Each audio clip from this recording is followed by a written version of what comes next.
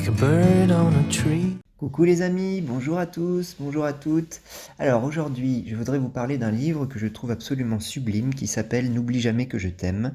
Il a été écrit par Jean-Ezad Didier aux éditions Utopiques. C'est une maison d'édition qui est vraiment géniale, qui se donne pour mission de libérer la parole et qui aborde du coup des problématiques qui sont parfois assez lourdes mais tellement libératrices. Voilà.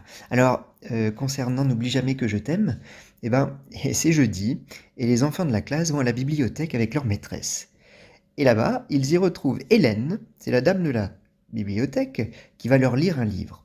Et dans ce livre, il y est question d'une maman ours qui aime tellement son ourson qu'elle l'appelle mon trésor.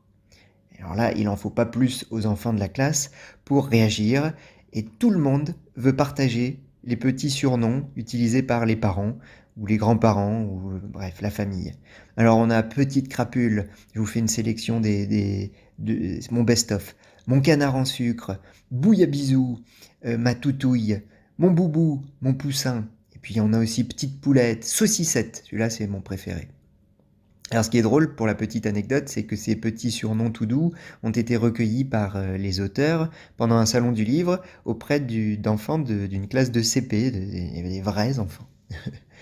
Alors, tous les enfants jubilent à la lecture de cette histoire par Hélène, eh bien tous non, sauf un malheureusement. Valentin, lui, il n'a pas le cœur à la fête du tout, et d'ailleurs il se jette sur les genoux de sa maîtresse et se met à pleurer à chaudes larmes. Il lui avoue que sa maman, à lui, eh bien, n'utilise jamais des mots doux pour l'appeler, que des mots durs.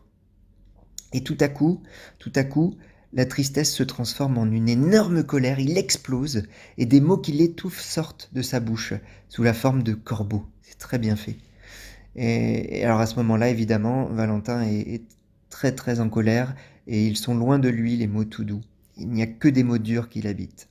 Alors heureusement, initié par la bienveillance sans faille de sa petite camarade de classe qui s'appelle Zoé, eh bien tous les enfants de la classe, tous ses camarades, se mettent à inventer des mots tout doux spécialement pour Valentin et ils lui offrent les mots doux. Et petit à petit, au fur et à mesure, ces mots doux, qui ont été inventés par ses copains, chassent les mots durs et Valentin retrouve la joie.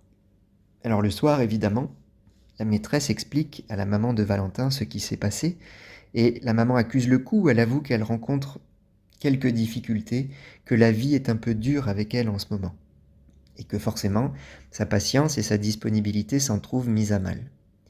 Et pourtant, la libération de la parole à la bibliothèque a fait son œuvre, l'abcès est percé, et cela permet une libération heureuse, ouf. Je vous invite à lire ce livre, il est magnifique.